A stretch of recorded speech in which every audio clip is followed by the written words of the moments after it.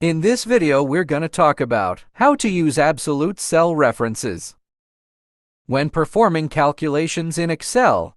So let's say we have these two columns of data,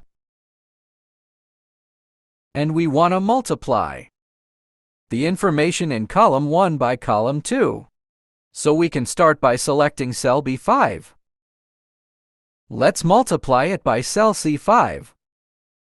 So 15 times 18, that's to 70. And if we click this button on the right, on the bottom right, and if we extend it, we can multiply the entire column. Data 1 by the data 2 column. Now let's say if we have some number in a cell E2. Let's say it's 30. And we want to multiply data 1 by 30. So we can type in equal B5 times E2.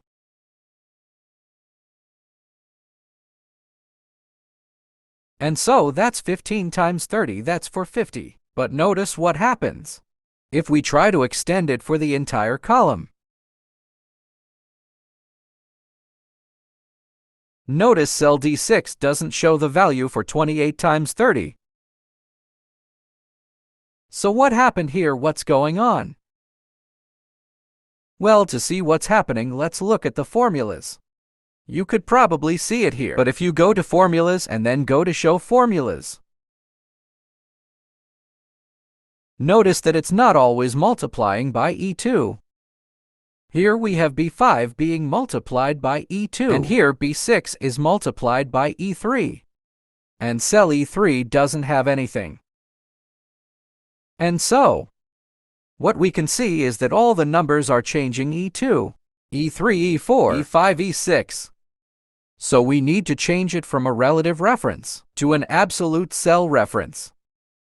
So how can we do that? Now we could change everything to E2, but is there a way that it will always be E2? Once we use this button and fill it down to the rest. Well, let's go back to Formulas. Let's click Show Formula and let's delete this. What we need to do is create an absolute cell reference. And if you put a $sign in front of the letter E and in front of the 2, it's going to lock that cell once we extend it. So now let's click the button on the bottom and then extend it. So notice that we're multiplying data 1 by 30. So if you go back to Show Formulas, so this time notice that we always see E2. It doesn't go to E3, E4, E5, it's locked in cell A2. And so that's one way you could use the absolute cell reference feature in Excel.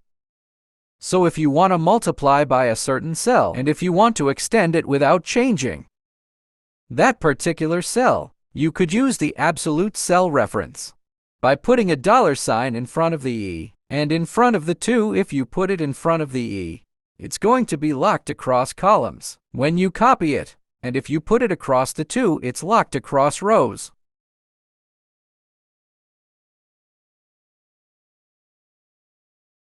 To illustrate this, let's go ahead and remove the $sign in front of the E.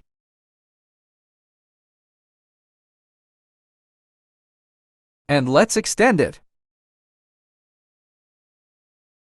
So notice that it remains E2. As we copy it across rows. So it still works, it didn't change. Now let's see what's gonna happen. If we put the $sign in front of the E,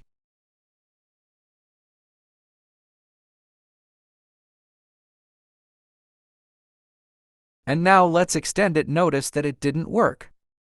It wasn't copied across rows 6, 7, 8, and 9.